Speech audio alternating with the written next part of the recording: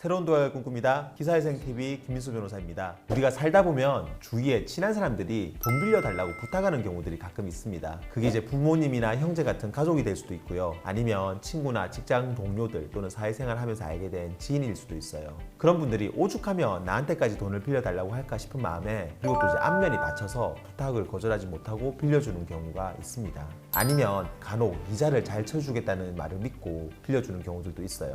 그런데 이렇게 지인들한테 돈을 빌려주면 어떤 일이 일어날까요? 혹시 주위에서 돈 빌려달라고 하는 지인이 있으면 오늘 영상 꼭 보시기 바랍니다.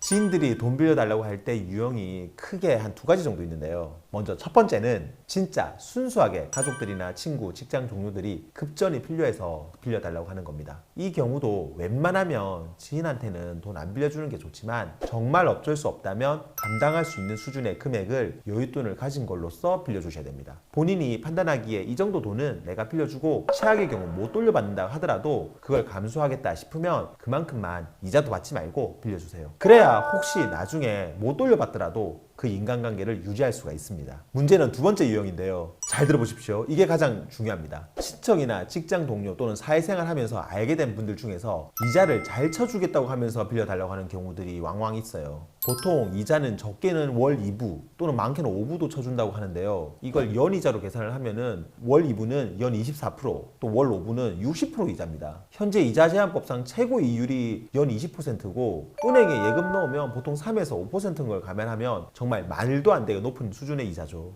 이렇게 돈을 빌려달라고 하는 사람들한테 빌려주게 되면 대부분 처음에는 잘 갚습니다. 이자도 잘 쳐주고 원금도 잘 돌려줘요. 그런데 이런 것들이 몇 번 반복되다 보면 재테크로 괜찮겠다 싶어가지고 나중에는 오히려 스스로 돈을 더 빌려주기도 합니다. 나도 모르게 내가 돈놀이를 하게 되는 거죠. 이게 이렇게만 계속된다면 누구나 다 부자 될 텐데 실상은 그렇지가 않습니다. 세상에는 공짜가 없어요. 상식적인 수준을 넘어선 그 이익에는 항상 위험이 있습니다. 이렇게 월 2부, 5부로 이자를 내고 돈을 빌리는 분들은 절대로 신용이 좋을 수가 없습니다. 이렇게 말도 안 되는 이자를 주면서까지 빌리는 경우는 대개 금융기관에서는 대출이 안 되기 때문에 고리를 주면서까지 지인한테 돈을 빌리는 거거든요. 그리고 이렇게 우리한테 주는 이자를 자기가 벌어서 돈을 주는 게 아니라 대개는 또 다른 사람한테, 다른 지인들한테 돈을 빌려가지고 돌려막기로 주는 경우들이 대부분입니다. 어쨌든 돈 빌려주고 이자 많이 받아놓으면 혹시라도 나중에 원금 좀 떼이더라도 손해는 안 보지 않을까라고 생각할 수도 있는데요. 여기에 한 가지 맹점이 있습니다. 돈을 빌려준 사람 입장에서는 계속 이자를 받으니까 그 이자는 덤이라고 생각하고 받은 이자는 그때그때 다 써버리고 따로 모아두지를 않는다는 겁니다. 그런데 이렇게 돌려막기로 이자를 주던 사람들은 결국에는 터지게 되어 있어서 원금 못 돌려주는 경우가 대부분입니다. 그러면 빌려준 사람 입장에서는 이자는 수익인 줄 알고 다 써버리고 없고 원금은 못 돌려받게 되니까 결국에는 나중에 수중에 남는 돈이 하나도 없게 되는 겁니다. 이렇게 되고 나서 나중에 부랴부랴 뭐 형사고소를 한다, 민사소송을 한다 해도 못 돌려받는 경우가 대부분이에요. 실제로 제가 변호사하면서 돈을 빌려준 쪽이나 빌린 쪽 모두 다 상담을 하고 사건도 많이 해봤는데 실제로 이 돈을 돌려받는 경우는 거의 없었습니다.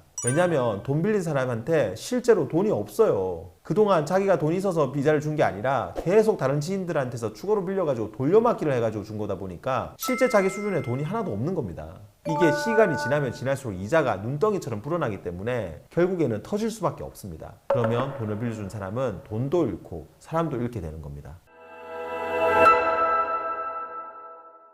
그래서 친한 지인이 돈 빌려달라고 했을 때는 만약에 빌려주더라도 이자 받을 생각은 절대 하지 마시고 여차하면 못 받을 수 있다는 것도 염두에 두시고 그리고 빌려주셔야 됩니다. 그렇지 않고 내가 감당할 수 있는 수준을 넘어서 빌려줬다가 못 받게 되면 결국은 돈도 잃고 사람도 잃게 된다는 점 꼭 명심하시기 바랍니다. 오늘 영상 도움되었다면 구독과 좋아요 그리고 알림 설정 부탁드리고요. 추가로 궁금한 점 있으면 아래 댓글이나 법무법인 김앤파트너스로 전화 주시면 친절히 답변 드리겠습니다. 다음에도 더 좋은 주제로 찾아뵙겠습니다. 감사합니다.